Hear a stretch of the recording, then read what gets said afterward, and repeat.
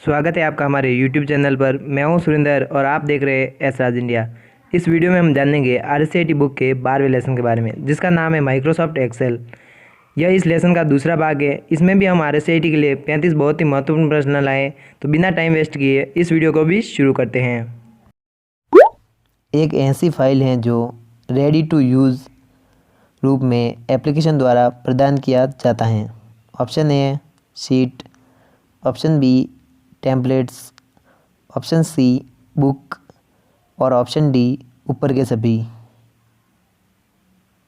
तो इसका सही उत्तर है ऑप्शन बी टेम्पलेट्स, क्योंकि टेम्पलेट एक ऐसी फाइल है जो रेडी टू यूज़ होती हैं और यह एप्लीकेशन द्वारा ही प्रदान की जाती हैं।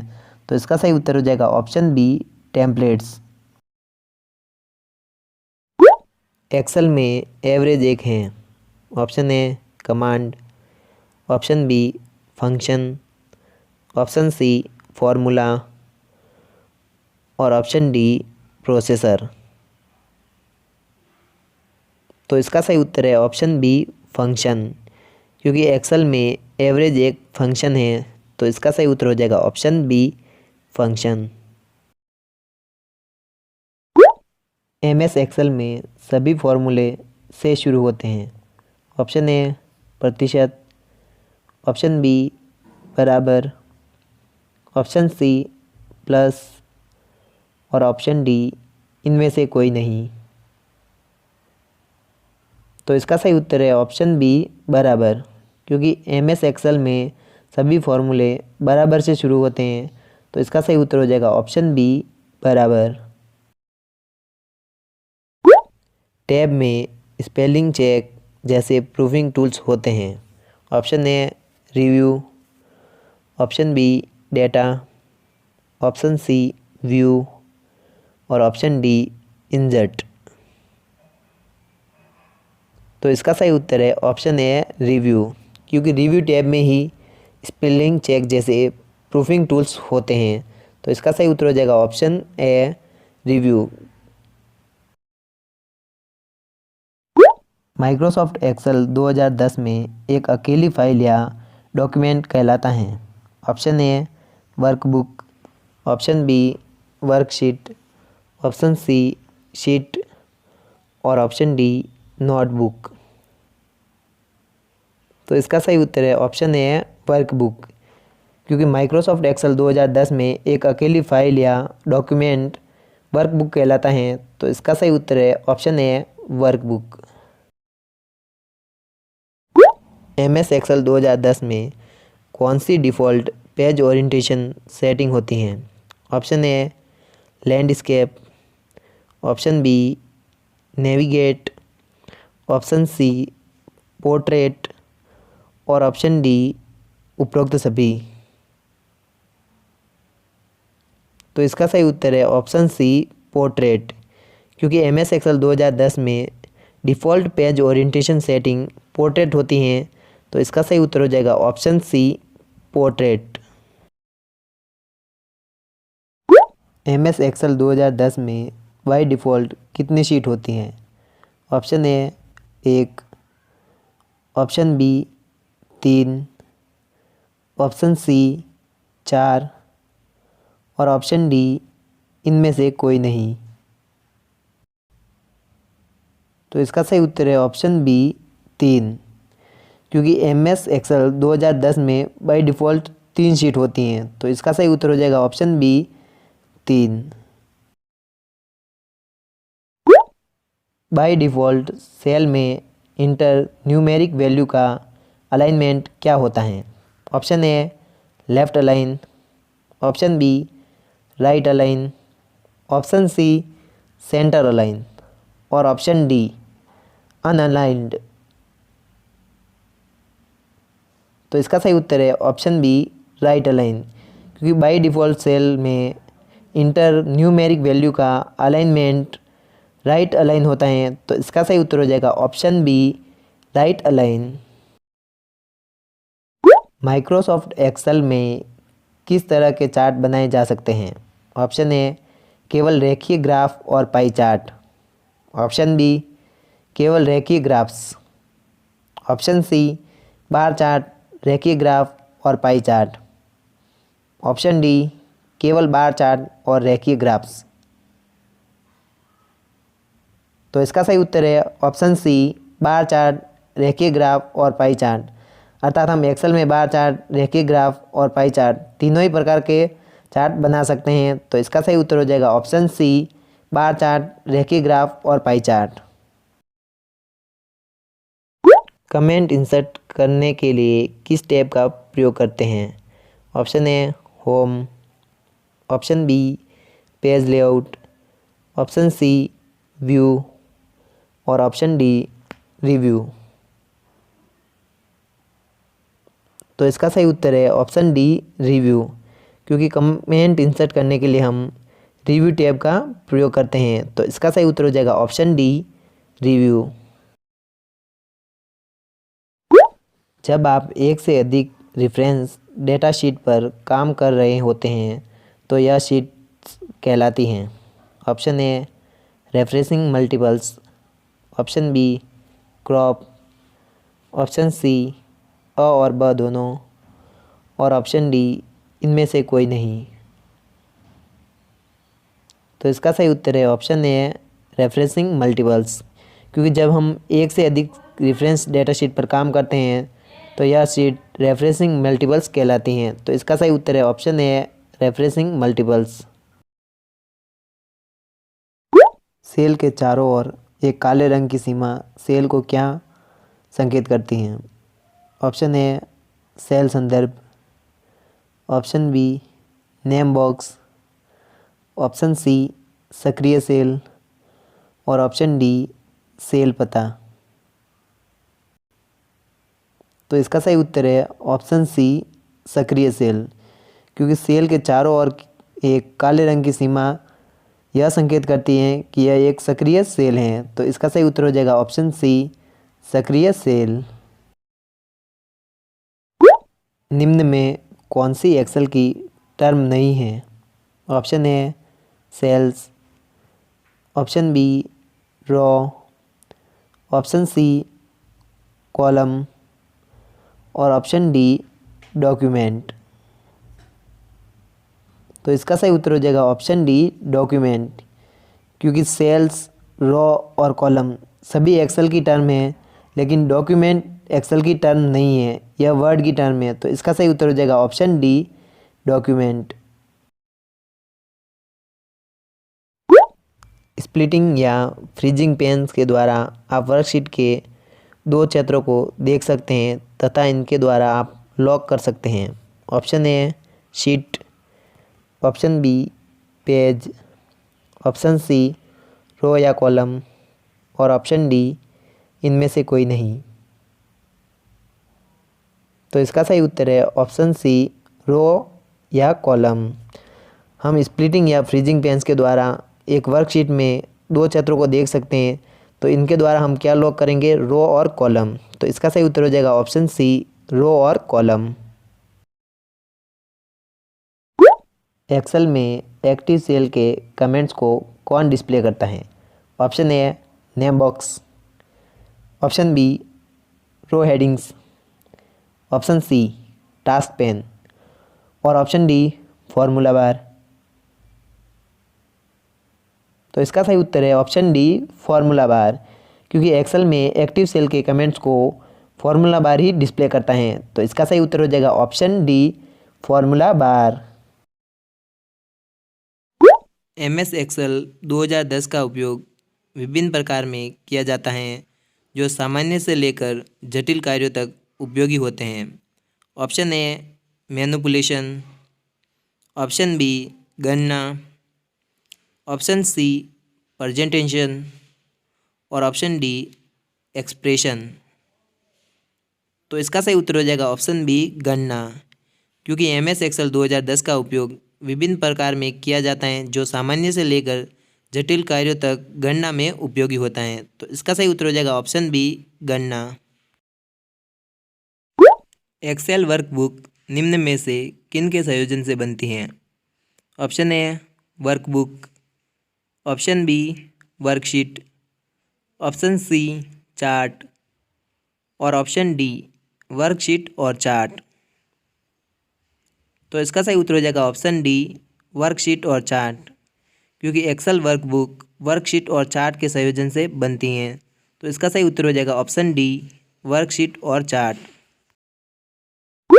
आसानी से पढ़ने के लिए का उपयोग कर सूचना को हॉरिजेंटल रो और वर्टिकल कॉलम में व्यवस्थित किया जाता है। Option A cell, option B sheet, option C याक्स और ऑप्शन डी टेबल। इसका सही उत्तर हो जाएगा ऑप्शन डी टेबल, क्योंकि आसानी से पढ़ने के लिए टेबल का उपयोग कर सूचना को हॉरिजेंटल रो और वर्टिकल कॉलम में व्यवस्थित किया जाता है। तो इसका सही उत्तर हो जाएगा ऑप्शन डी टेबल। एक दस्तावेज के सभी सामग्री को चयन करने के लिए हम प्रयोग करते हैं।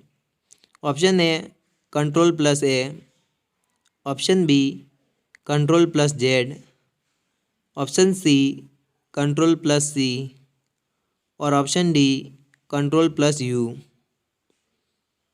तो इसका सही उत्तर हो जाएगा ऑप्शन ए Ctrl+A, क्योंकि एक दस्तावेज के सभी सामग्री को चयनित करने के लिए हम Ctrl+A का उपयोग करेंगे, जिससे कि वह सभी सामग्री चयनित हो जाए। तो इसका सही उत्तर हो जाएगा ऑप्शन ए Ctrl+A। एक नाम बॉक्स, ऑप्शन ए पूर्व में रही एक्टिव सेल की लोकेशन को दर्शाता है। ऑप्शन बी फॉर्मूला बार के बाईं ओर दिखाई देता है। ऑप्शन सी स्टेटस बार के नीचे दिखाई देता है और ऑप्शन डी मेन्यू बार के नीचे दिखाई देता है। तो इसका सही उत्तर हो जाएगा ऑप्शन बी, फॉर्मूला बार के बाईं ओर दिखाई देता है, क्योंकि एक नाम बॉक्स फॉर्मूला बार के बाईं ओर दिखाई देता है। तो इसका सही उत्तर हो जाएगा ऑप्शन बी, फॉर्मूला बार के बाईं ओर दिखाई देता है। MS एक्सेल का ऐसा कौन सा फीचर है जो श्रृंखला को तार्किक रूप में दोहराने और बढ़ाने को आसान बनाता है। Option A autofill, option B auto correct, option C अ और ब दोनों और ऑप्शन डी उपरोक्त सभी। तो इसका सही उत्तर हो जाएगा ऑप्शन बी ऑटो करेक्ट, क्योंकि MS एक्सेल का ऑटो करेक्ट एक ऐसा फीचर है जो श्रृंखला को तार्किक रूप में दोहराने और बढ़ाने को आसान बनाता है। तो इसका सही उत्तर हो जाएगा ऑप्शन बी ऑटो करेक्ट। अगर आप अपनी वर्कशीट में सीधे एडिटिंग नहीं करना चाहते हैं तो डेटा को एडिट और इंटर करने के लिए आप का भी उपयोग कर सकते हैं। Option A formula bar, option B title bar, option C menu bar और ऑप्शन डी स्पेस बार। तो इसका सही उत्तर हो जाएगा ऑप्शन ए फॉर्मूला बार।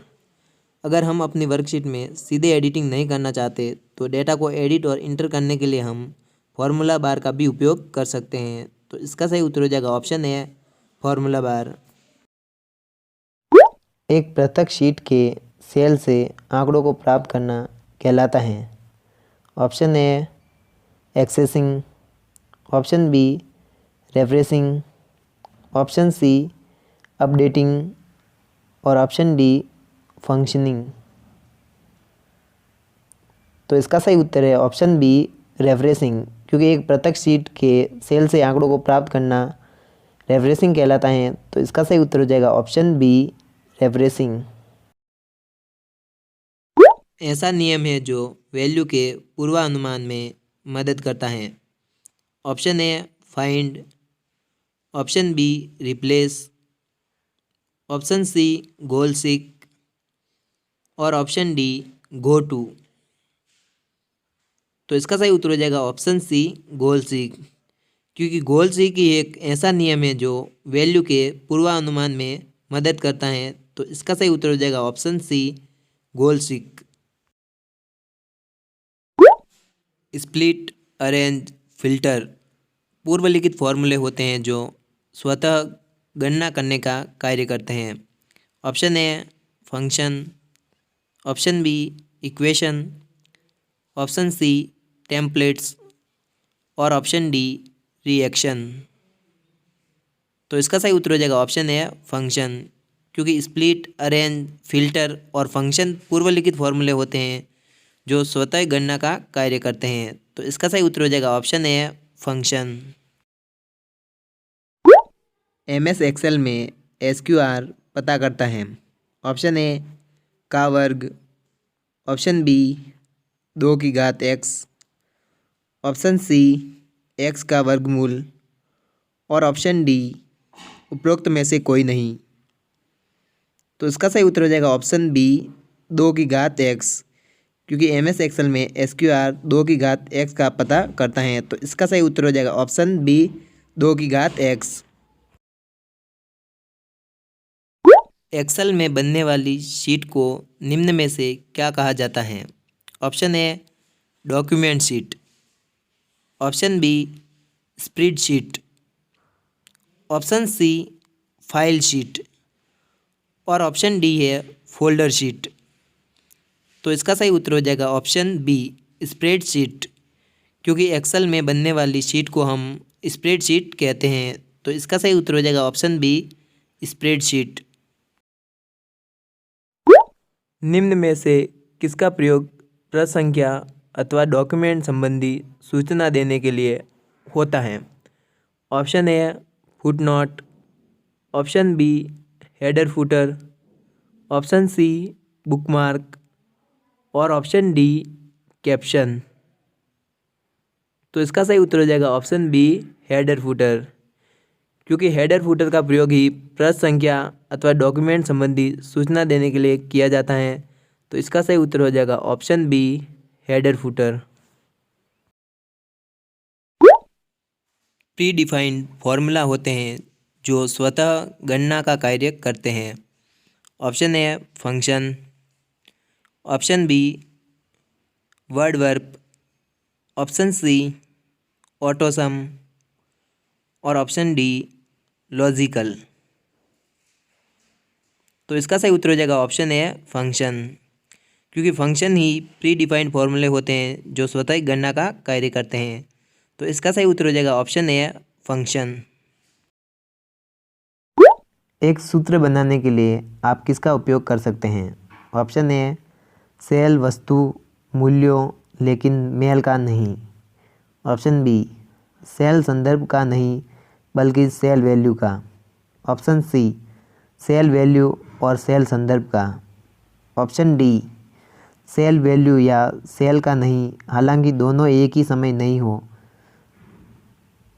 तो इसका सही उत्तर है ऑप्शन सी सेल वैल्यू और सेल संदर्भ का, क्योंकि एक सूत्र बनाने के लिए हम सेल वैल्यू और सेल संदर्भ का उपयोग कर सकते हैं जिससे कि एक सूत्र बन सके। तो इसका सही उत्तर हो जाएगा ऑप्शन सी सेल वैल्यू और सेल संदर्भ का। पेस्ट स्पेशल कमांड आपको कॉपी और पेस्ट की सुविधा देता है। ऑप्शन ए बहुतायत चुनाव एक नगद मूल्य द्वारा, ऑप्शन बी सेल टिप्पणियों द्वारा, ऑप्शन सी वास्तविक सूत्र के बजाय एक परिणाम स्वरूप सूत्र के मूल्यों द्वारा और ऑप्शन डी उपरोक्त में से कोई नहीं। तो इसका सही उत्तर है ऑप्शन सी वास्तविक सूत्र के बजाय एक परिणाम स्वरूप सूत्र के मूल्यों द्वारा, क्योंकि पेस्ट स्पेशल कमांड हमको कॉपी और पेस्ट की सुविधा देती हैं जो कि वास्तविक सूत्र के बजाय एक परिणाम स्वरूप सूत्र के मूल्यों द्वारा होती हैं। तो इसका सही उत्तर है ऑप्शन सी वास्तविक सूत्र के बजाय एक परिणाम स्वरूप सूत्र के मूल्यों द्वारा। ऑपरेशन के साथ रो या कॉलम या दोनों को फ्रीज कर सकते हैं, अर्थात वर्कशीट में रहते हुए आप हमेशा उस रो या कॉलम में सूचना को देख सकते हैं। Option A split, option B arrange, option C filter और ऑप्शन डी फ्रीज पेन्स। तो इसका सही उत्तर है ऑप्शन डी फ्रीज पेन्स, क्योंकि फ्रीज पेन्स कमांड की मदद से हम ऑपरेशन के साथ रो या कॉलम या दोनों को फ्रीज कर सकते हैं, अर्थात उस वर्कशीट में रहते हुए हमेशा हम उस रो और कॉलम को देख सकते हैं और उसमें सूचना है उसी को भी देख सकते हैं। तो इसके लिए हम फ्रीज पेन्स कमांड का उपयोग करते हैं। तो इसका सही उत्तर हो जाएगा ऑप्शन डी फ्रीज पेन्स। निम्न में से किसके द्वारा एक सेल में एंट्री कंप्लीट नहीं की जा सकती। ऑप्शन ए सेल में टाइप करते हुए इंटर के प्रेस करना। ऑप्शन बी कीबोर्ड पर उपस्थित कोई भी एरो को प्रेस करना। ऑप्शन सी बार में इंटर के प्रेस करना। और option D space bar press करने पर। तो इसका सही उत्तर हो जाएगा option D space bar press करने पर, क्योंकि हम सेल में टाइप करते हुए इंटर को प्रेस करके भी एंट्री कंप्लीट कर सकते हैं। कीबोर्ड पर उपस्थित किसी भी एरो को प्रेस करके भी हम एंट्री को कंप्लीट कर सकते हैं और बार में इंटर को प्रेस करके भी हम एंट्री कंप्लीट कर सकते हैं, लेकिन हम स्पेस बार प्रेस करके एंट्री कंप्लीट नहीं कर सकते। तो इसका सही उत्तर हो जाएगा option D space bar press करने पर। एक्सेल 2003 का एक्सटेंशन एक्सेल 2007 और एक्सेल 2010 फाइल हैं। ऑप्शन ए XLS, XLS और XLSX। Option B DOCX, DOC और DOCX। Option C XLS, XLSX और XLSX। Option D XLS, XLSX और XLS। तो इसका सही उत्तर है ऑप्शन सी XLS, XLSX और XLSX, क्योंकि एक्सेल 2003 का फाइल एक्सटेंशन एक्सेल 2007 और एक्सेल 2010 का फाइल है, जो कि XLS, XLSX और XLSX है, अर्थात ऑप्शन सी है। तो इसका सही उत्तर है ऑप्शन सी। वर्कशीट के एक स्थान से फॉर्मेटिंग को कॉपी कर किसी दूसरे स्थान पर फॉर्मेटिंग अप्लाई करने के लिए आप किसका उपयोग करेंगे? ऑप्शन ए होम कॉपी और home paste command. Option B Ctrl+C और Ctrl+V ऑप्शन यूज़ करके। ऑप्शन सी एक्सेल में फॉर्मेटिंग कॉपी करने का तथा दूसरे स्थान पर लगाने का कोई तरीका नहीं होता है। Option D standard tool bar पर उपस्थित फॉर्मेट पेंटर बटन। तो इसका सही उत्तर है option D standard tool bar पर उपस्थित फॉर्मेट पेंटर बटन, क्योंकि वर्कशीट के एक स्थान से फॉर्मेटिंग को कॉपी करके किसी दूसरे स्थान पर फॉर्मेटिंग अप्लाई करने के लिए हम स्टैंडर्ड टूल बार पर उपस्थित फॉर्मेट पेंटर बटन का उपयोग करेंगे, जिससे कि हम एक स्थान से फॉर्मेटिंग को दूसरे स्थान पर कॉपी कर सकें या अप्लाई कर सकें। तो इसका सही उत्तर हो जाएगा option D standard tool bar पर उपस्थित फॉर्मेट पेंटर बटन। वीडियो पसंद आने पर लाइक वरना डिसलाइक ज़रूर करें और अधिक जानकारी के लिए हमें RSCT बुक की नेक्स्ट वीडियो ये ज़रूर देखें और चैनल को सब्सक्राइब कर दें, जिससे कि आपको RSCT की ऐसी वीडियो आपको मिलती रहे जिससे कि आप RSCT एग्ज़ाम में बहुत ही अच्छे नंबर ला सके। तो तब तक के लिए सीखते रहिए एसराज इंडिया के साथ। वीडियो देखने के लिए धन्यवाद। Thanks for watching and bye bye.